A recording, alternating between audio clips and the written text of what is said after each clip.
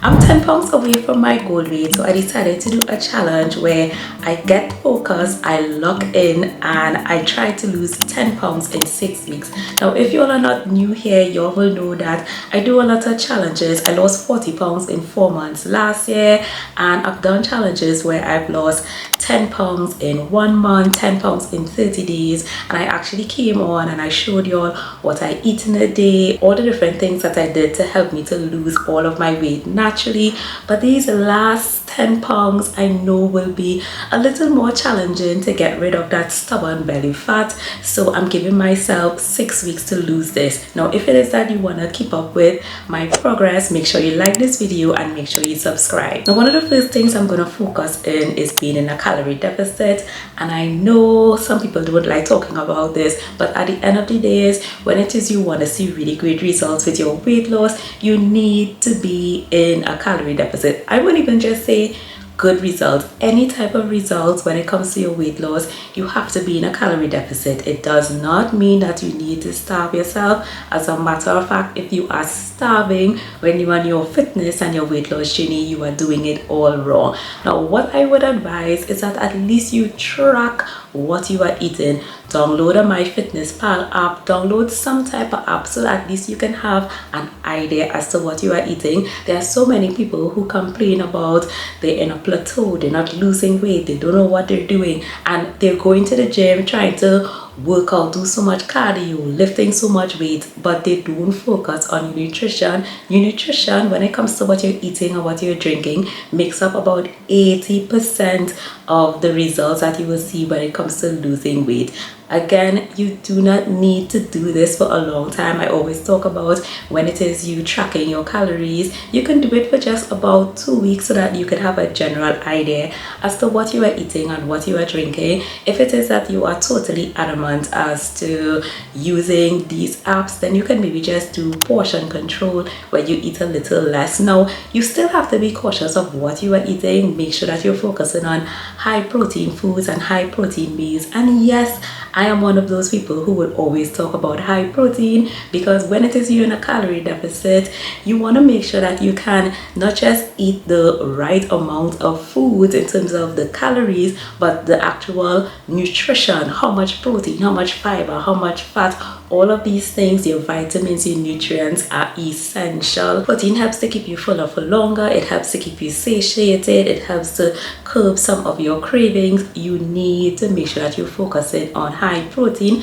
Try your best to have about 30 to 40 grams of protein in your main meal. So for breakfast, lunch, and dinner, on average, you want to eat about 1 gram per pound of your ideal body weight. So if you're about 150 pounds, then you try to get around 150 grams of protein. Now, you don't actually have to get 150 grams, but even if you could get very close to that, that would be really good for you. Also, prioritize the amount of fiber that you eat. Have high fiber meals. That also helps to keep you fuller for longer as well. Focus on your gut microbiome. So whether that's eating sauerkraut or kimchi or plain Greek yogurt or even just drinking kombucha, whatever you're doing for your gut health, that will also help you out with your weight loss journey as well. So make sure you focus on that. And of course, your healthy fats. One of the easiest things to do is eat some avocado. Most people like avocado, so make sure you're eating avocado, and some healthy nuts and seeds that also have some healthy fats in it as well. And certain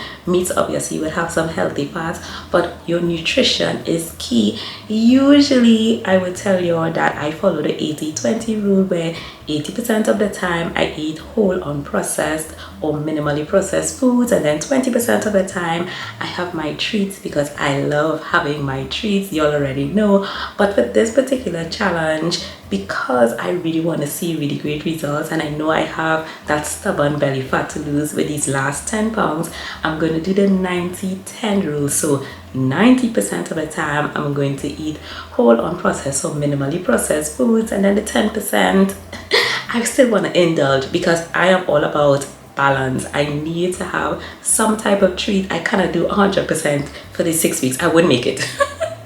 So I would just advise, for some of y'all, you may not do the 90%, but even if you can at least do 80% and you're doing this challenge, that would be really great for you. The other thing that I'm focusing on is walking. Walking is so key when it comes to losing fat in general, and I know it has been helping me out so much. I usually walk around 10,000 steps a day. I say this so many times in my videos, even if you walk close to 8,000, you can still get a lot of the weight loss benefits and the health benefits, but I amped it up to 10,000 and it's been really easy. I walk just about 1,000 steps in 10 minutes. I really like doing it after my meals to help out with my digestion, help balance out my blood sugar levels. When it is you start implementing more walking, that burns more fat for fuel, so you really get great results that way. Last week I did a video where I talked about I started doing the Japanese walking technique, the interval walking technique, and it has actually helped me out a lot with actually walking more steps because I'm walking at a brisker pace. That's basically where you walk about 3 minutes at a really brisk pace where you can maybe have a little bit of a conversation, but you shouldn't be able to sing. And then the following 3 minutes you slow down, you walk at a comfortable pace, and you repeat that cycle 5 times for 30 minutes. A lot of persons are talking about the research showing how beneficial it is. Obviously walking is really good for your cardiovascular health, as part of cardio, but I would just advise that even if you're not going into that Japanese walking technique, try your best to get to 8,000 steps. If it is that you know you live a very sedentary lifestyle and you don't really do much, you sit down on the couch a lot, you sit down at your desk and work a lot, then just increase it by maybe about 500 steps a day, then 1,000 steps a day. Eventually you will work up to 8,000. Don't feel as though you need to get to 10,000, because again, you can get really good benefits from the 8,000. However, I actually, for this particular challenge, I want to get close to 12,000. Now, I know this is starting so high, but again, you can walk about 1,000 steps in 10 minutes, which means that I'm just maybe walking an extra 20 minutes. As a matter of fact, because I started implementing the Japanese walking technique for this past week and a half, I have actually walked like 14,000, 15,000, 16,000. There was actually a day I walked 20,000 steps. Y'all, 20,000 steps. I have never walked, well, okay, let me not say I've never walked, but I have never had a recorded walk that was 20,000 steps. That particular day I was a little more busier. I should say, and I walked 20,000 steps and I didn't feel really tired or exhausted. I was just really busy on that particular day. And the good thing about walking is just it's such a low barrier to entry. When it comes to walking, anybody could do it unless you have mobility issues, and it's low impact on your bone, it's low impact on your joints. Don't feel as though you need to walk at a really brisk pace with these new trends that are coming out, because I'm not too sure about all of the benefits that people are talking about this Japanese walking technique, but I've definitely seen some really good benefits for me, where usually when I'm just walking at a really good pace, now that I'm doing this new technique with a little more intensity, I actually realized that now I know it's just a week, but I'm definitely seeing some benefits even with my muscles and in my legs as I'm walking at these brisk pace. For me, it's increasing my intensity and it's a little bit of progression when it comes to my walking. Now, I don't go to the gym and I don't use a Stairmaster. I don't have a treadmill with an incline, so just increasing this intensity is really helpful for me. Maybe if it is that you do more strenuous activities or incline walking or Stairmaster, I don't know how beneficial it will be for you, but I was basically at a low grade level, so doing any extra, I'm actually seeing some progress with that as well. And talking about progression and progressively overloading, make sure that you are doing your strength training and resistance training. Y'all, I know a lot of persons when they decide to do their weight loss journey, they just want to go to the gym. And here's the thing, the gym is important, I understand that, but focus on your nutrition. That is absolutely key. But when it comes to strength training and resistance training, you want to make sure that you're doing progressive overload. Stick with a program for at least 8 to 12 weeks, but make sure within that program you're doing progressive overload. So either increasing your weights, your reps, your sets, your load under tension, whatever it is, you need to at least slowly be increasing every single week. It doesn't mean you need to increase your weight every week, but at least increase maybe your reps or your sets. You have to do progressive overload if you really want to see really great results in your physique and your health as well. Now, this particular part of the challenge with me doing my strength training and resistance training will be the most challenging because I still do not like strength training and resistance training. In as much as I love how my body looks when I lift more weight, first of all, I just want to say you are not going to get too bulky. Do you know how hard it is to put on muscle? Do you know how many years you have to lift weights for and how heavy you have to lift to look bulky, especially as a female? Like, you're not gonna look bulky. More than likely, you're just gonna look a lot leaner and a lot fitter and a lot toned, as they say. But do not be afraid to lift heavy weights because it's just gonna make your physique look a lot better. But with all that being said, I still don't like strength training and resistance training. I know for some people they love going to the gym, they are gym rats, but what I love is that when I finish lifting heavy weights and I finish my particular routine and my program, I feel so much better, I look so much better, and I absolutely love it. But the actual process of doing it while I'm working out at home, because by the way, I have lost all of my weight from doing home workouts. In last week's video, I talked about scoping out some gyms, so I may go to a gym quite soon. But other than that, you can still see really great benefits, especially if you're a beginner or maybe even an intermediate level, depending on where in the intermediate, because you know everything is a little sliding scale, but you can see really great results by doing your workouts at home. Now, usually with my schedule, I do 3 days a week when it comes to my strength and resistance training, but for this particular challenge, I'm gonna do at least 4 days a week. And I'm saying at least because if there's a particular week where I do 5 days, I'm gonna push for that, but at the end of the day I'm sticking to the 4 because you all know I always talk about having balance and making sure things are sustainable. Now, some of what I'm doing I know I'm not going to sustain. For example, the 90-10 rule where I talked about my nutrition, I know that I would not sustain 90% of my nutrition and my diet being whole, unprocessed or minimally processed foods, at least in the foreseeable future. I know that 80-20 is better for me, but this is only for 6 weeks. This is a challenge, so of course it's going to be challenging. So I'm going to push myself to at least do 4 days of strength training and resistance training, and if I can do 5, I will do 5. If I can do 6, I will do 6, because there actually was a point in time on my weight loss journey where I did exercise for 6 days a week.